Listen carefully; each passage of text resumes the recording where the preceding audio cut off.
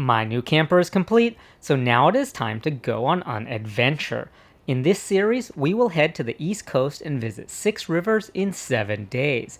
This is an exploratory mission. There are few kayaking bloggers, so we rely on satellite photos and topographical maps to plan our trip. But with so little information to go off of, it's common for things to go wrong. Like the very first river of the trip, which was supposed to be easy, is flooded. I always have a plan B though, so we continued south to the East武荖坑River, also known as the Little East River.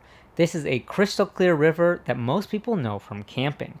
There's a mining road that crosses the river 3 times and is a popular summer spot for people wishing to cool off. I made a video on this 2 years ago, you can check it out here. But unknown to 99.99% of the people who come here is what happens when the river disappears around the bend. That includes us. This is our first time too, and we're excited to find out. It looks calm, but we need to descend 80 meters of elevation to get back to our cars, and that height difference is going to manifest itself somewhere. Our journey begins at a bend in the road. We pumped up the boats and gave a short safety briefing, and then everyone but me headed down to the river. I wanted to get a few nice photos before I put my big camera away, so I walked across this incredibly unnerving bridge to get a better angle. We went from the water is too much to the water is too little, and oh my god, this bridge is scary. What am I doing? In terms of over-engineering, I give this bridge a perfect rating of 1 out of 10. There is 0 waste in the construction. Whew! Made it! Not a single extra wire or bolt was used to build this bridge. It has exactly the bare minimum structural integrity to get a person across the river without dying, and not a single gram of material more. But it did give me a good view of my friends floating past below my feet. I went to join them, and in a short while we made it to the first campsite. We're all here to enjoy the river, a car, a boat. These are just different tools for transportation. The further downriver we went, the more beautiful it got, with crystal clear deep pools nestled between the trees. I would prefer a little bit higher water levels as we still scraped in a few places, but otherwise this is a fantastic place to go pack rafting. So clear here and nice. Beautiful. Before long, we got to the first major obstacle. Let's see what we have in store for us. A dam stretched across the river. Hit a dam! Damn!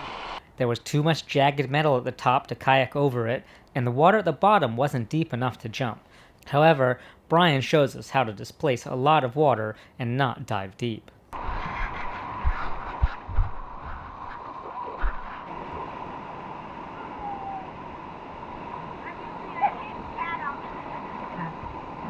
A few more beautiful pools later, we got to the next dam. Okay, from the look on Brian's face, I think we might have a problem.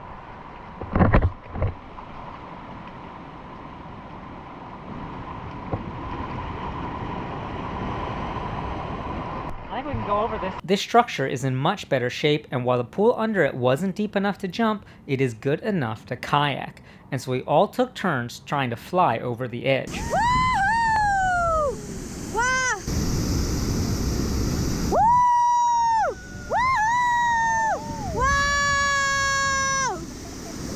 So the reason we keep failing here is because just at the lip of the dam, it gets really shallow.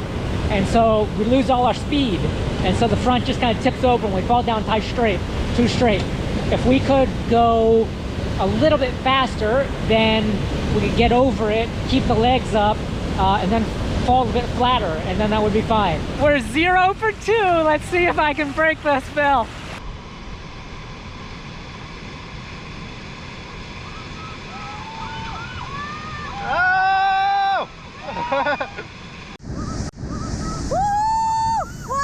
After going 0 for 3, one more wants to try it, prove us all wrong, make us look like a bunch of assets.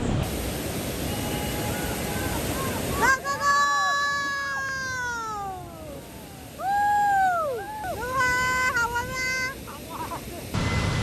Woo! None of us were successful though. I'd like to come here at a higher water level and try it again.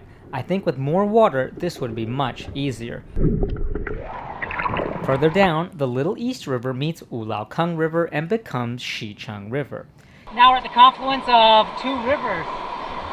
And I think that river up there, if you could find a way to hike up, I think you could go for like 20 kilometers, which is pretty awesome. But you know, I don't know how to get up there. Maybe there's a road to go down. But wow, look at this pool. Here the pools are fantastically beautiful, deep and blue, with some stretching over 100 meters down the river. It's an enjoyable section and empties out into武荖坑Scenic Area, where they have another dam. We see so many signs all over Taiwan about protecting the environment, and yet everywhere we go, we see dam after dam after dam.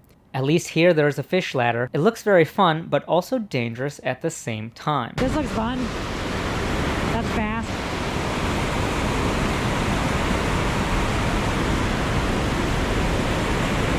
You're gonna come off this really fast and hit there. You're gonna have to really make sure you don't hit that. You wanna be in the middle. There's an oddly placed jetty which looks like it could capsize someone in a bad place. But if you do fall here, you're close to the end at least. But if you're not in your boat, you just gotta be aware you're gonna probably hit these concrete here. I think you're gonna get bruised and battered if you fall there. Yeah, it's gonna suck. And then this is gonna suck. We study it for a while, and then I attempt to go down.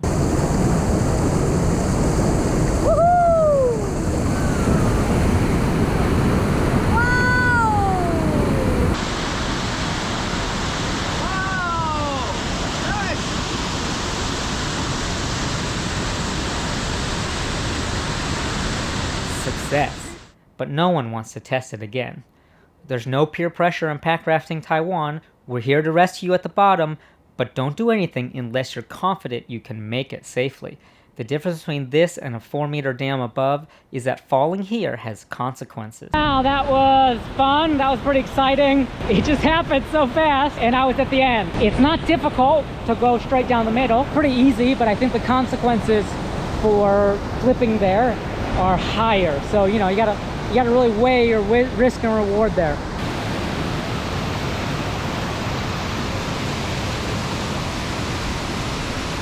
A lot of fun. The river delivers. You know, I thought it was gonna be just a casual cruise, but that really had my heart pumping. Ooh. So we continued down to the bridge, where we were met with a very confused park staff. Helpful tip: if you don't want to be bothered in Taiwan, wear a helmet and a life jacket. It looks professional, so the authorities just leave you alone. When I encounter places like this, I just feel like I'm not in Taiwan anymore. Grassy fields makes me confused.